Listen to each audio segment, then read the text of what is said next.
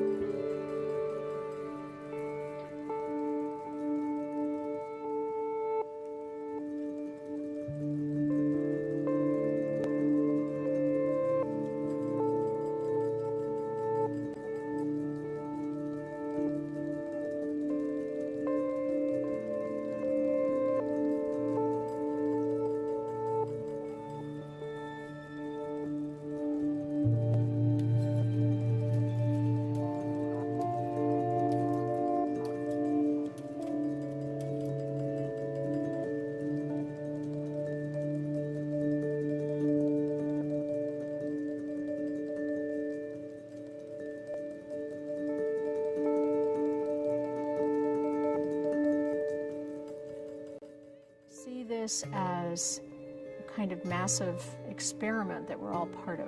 Through chemistry, you don't just get better living, you get serious adverse health effects.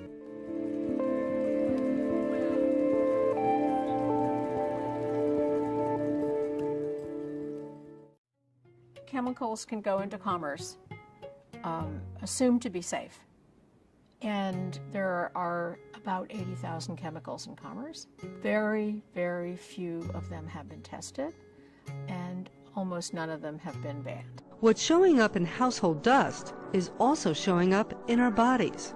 Toxic chemicals are absorbed through our skin, breathed into our lungs, and digested through our water and food.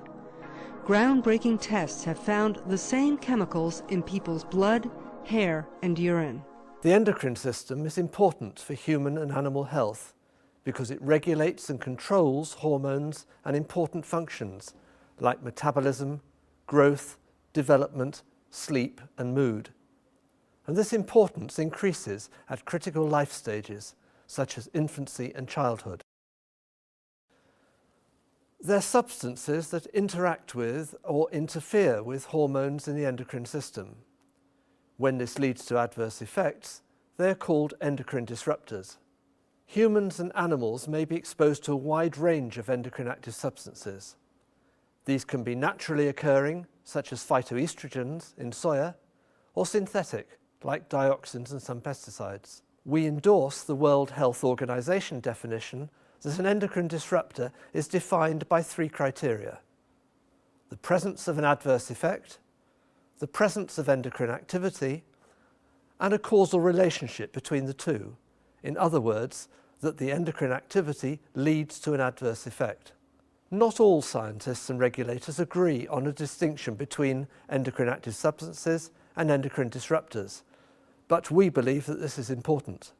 So what we are confronting here is still an imperfect world of knowledge, because we know that of these 140,000 chemicals, many of them simply exist.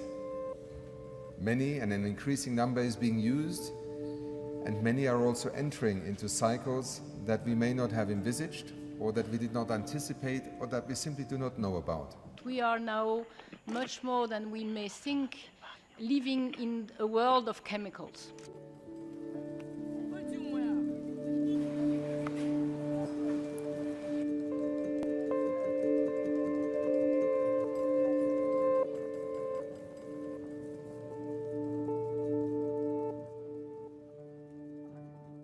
Another point to illustrate what we call the chemical intensification, if you wish, of the economy is the fact that it's spreading in the daily life. Chemicals are not just used for discrete issues here and there. They are completely spread over in daily life through the penetration of chemical intensive products in, I would say, in the average product that we're using.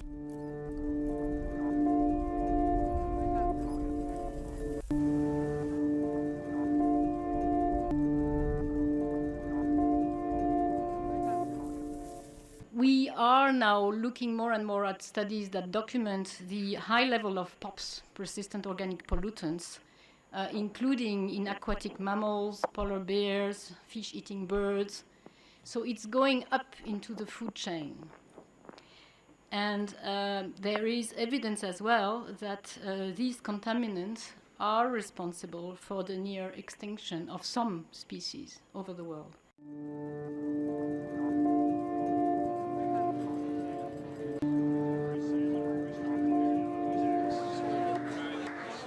This is not without economic costs. Obviously, unsound management of chemical bear very high costs.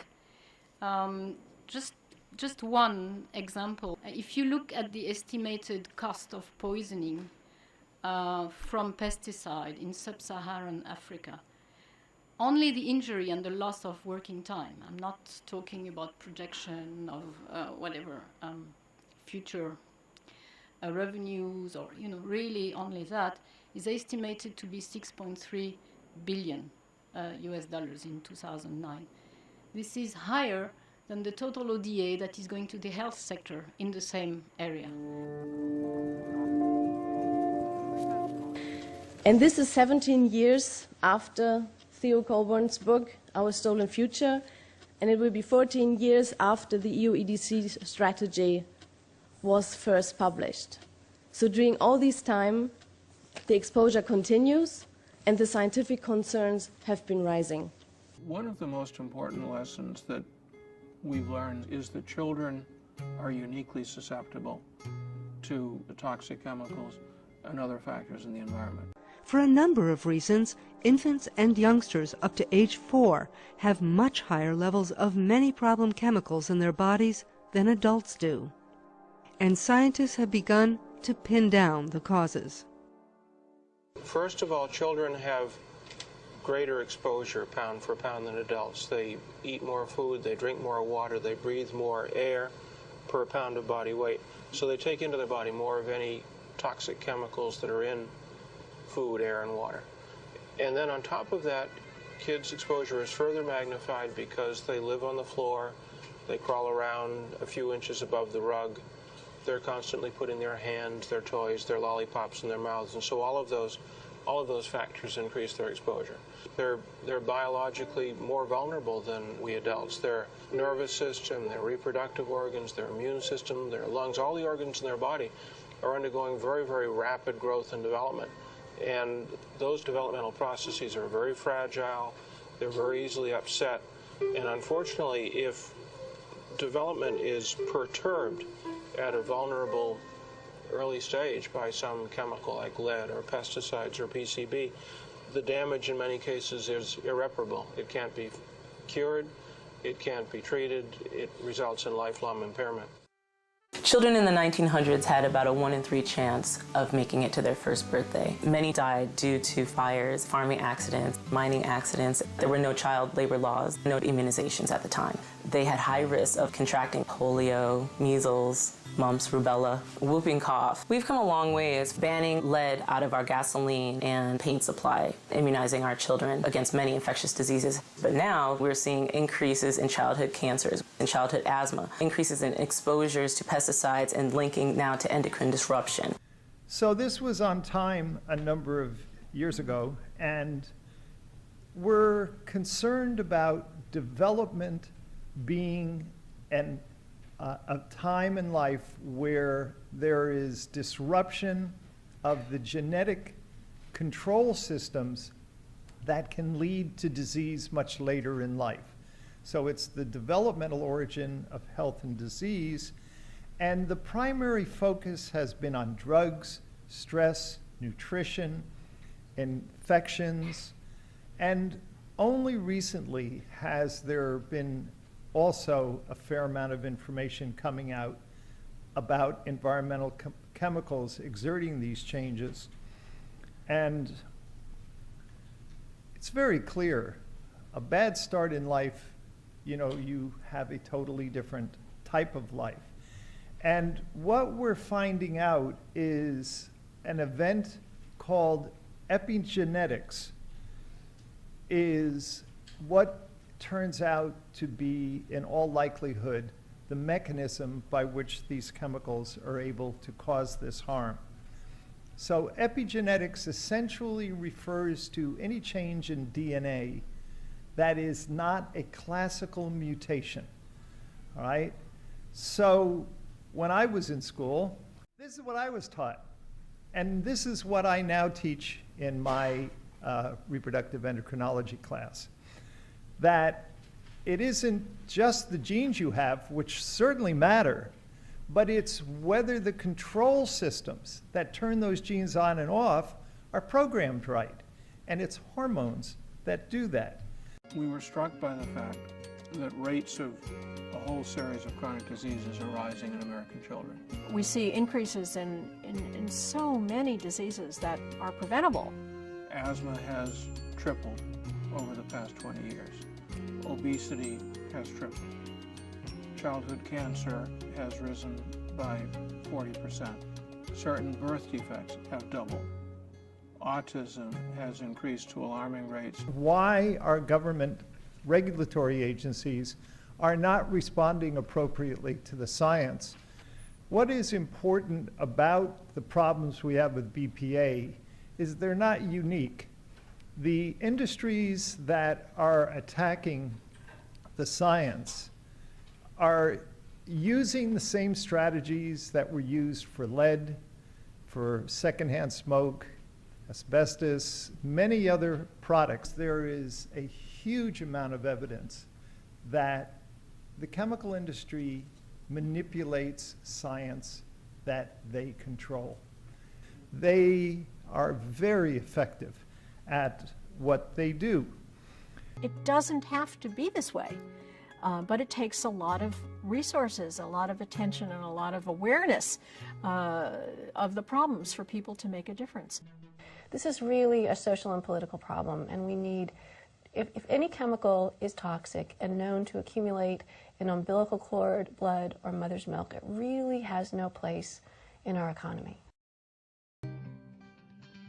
As consumers become more aware of the need for safer materials, companies that offer non-toxic products are benefiting financially.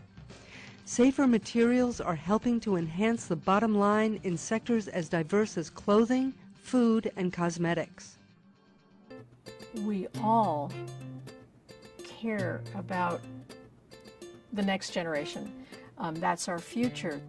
Parents are often overwhelmed by the sheer volume of information about environmental threats to children's health. It is possible, it is definitely possible for parents to take action to protect their children against many of the most serious environmental threats to health. All parents need is knowledge.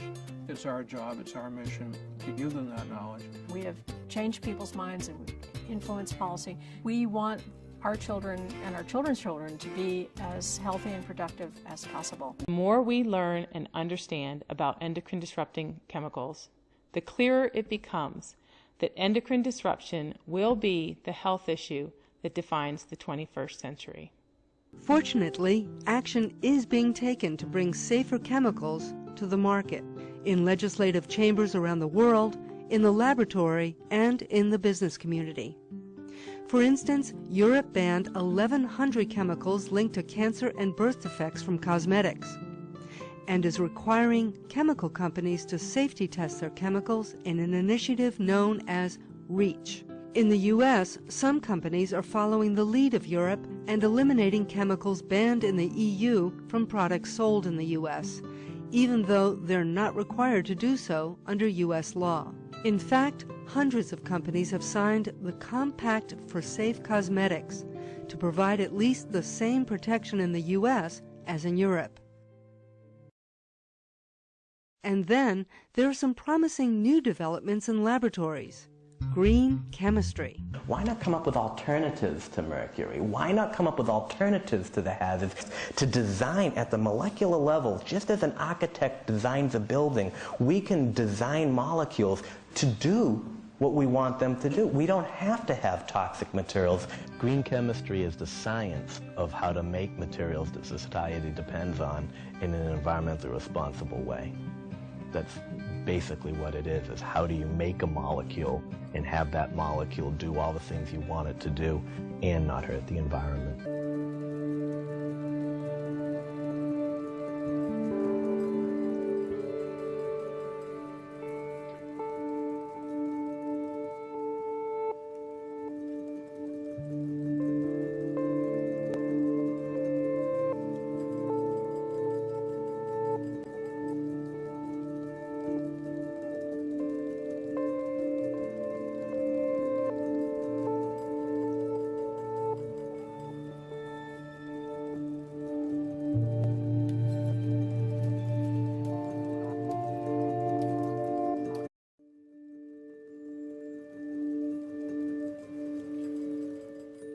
"50 years ago, the common household products were made of paper, glass, wool, cotton. Now almost everything is made from products that are derived from oil. EPA lists some 82,000 industrial chemicals, most of which were developed in the last 50 years. We've made the assumption that these chemicals stay in those products. The reality is they get into our food, they get into our air, our drinking water, and therefore they get into the human body. The DDT is one of the